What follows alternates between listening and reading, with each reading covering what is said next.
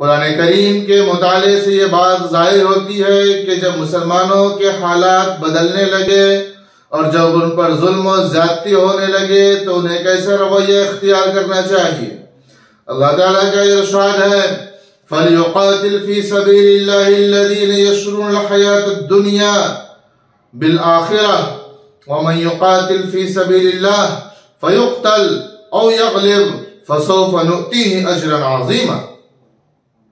कि जो लोग अल्लाह के रास्ते में क़िताल करते हैं, जिहाद करते हैं, अपने जान की कुर्बानी देने के लिए निकल खड़े होते हैं, फयुक़तल औ यग़लिब, उसका अंजाम यह होगा या तो शहीद कर दिए जाएंगे या फतहयाब होंगे, गालिब आएंगे। और दोनों सूरतों में अल्लाह का वादा है, फसौफ़ नु'तीहि अजरन अज़ीमा, हम उसे बेहतरीन अजर अता फरमाएंगे, बहुत ज्यादा अजर देने वाले हैं। और अल्लाह ताला ने अपने महबूब बंदों की सिफात बयान करते हुए फरमाया कि अल्लाह कैसे लोगों से मोहब्बत करता है।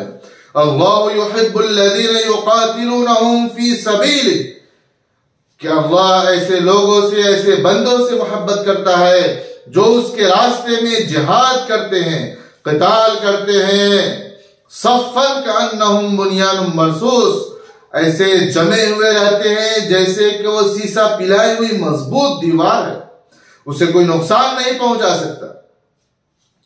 और अल्लाह ताला ने ईमान वालों को मुखातब करते हुए फरमाया कि एक ऐसी तिजारत जिसमें कामयाबी ही कामयाबी हो, जिसमें नुकसान का कोई खतरा ना हो।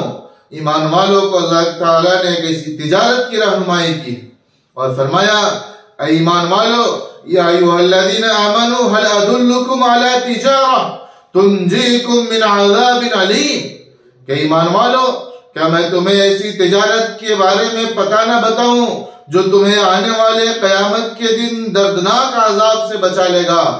तुमिनून बिल्लाह व रसूलिही व तुजाहिदून फी सबीलिल्लाह बिअमवालिकुम व अनफुसिकुम ज़ालिकुम खैरुल लकुम इन कुंतुम तअलमून, कि तुम अल्लाह पर ईमान लाओ, उसके रसूल पर ईमान लाओ और अल्लाह के रास्ते में अपने माल से, अपनी जान से जिहाद करो, ये तुम्हारे लिए बेहतर है।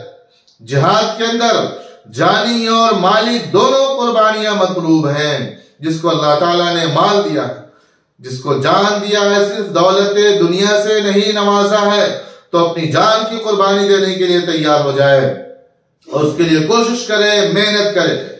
फरमाया यग़फ़िर लकुम ज़ुनूबकुम व यदखिलकुम जन्नात, अगर तुम ऐसा करोगे तो अल्लाह तुम्हारे गुनाहों को माफ कर देगा, बख्श देगा और तुम्हें एक ऐसी जन्नत में दाखिल करेगा जिसके नीचे से हमेशा के लिए नहरें जारी और बेहतरीन ठिकाना होगा। मसाकिन तय्यिबा फी जन्नातिन अदन, कि हमेशा हमेश की जन्नत में पाकीज़ा बेहतरीन ठिकाना अल्लाह ताला अता फरमाएगा।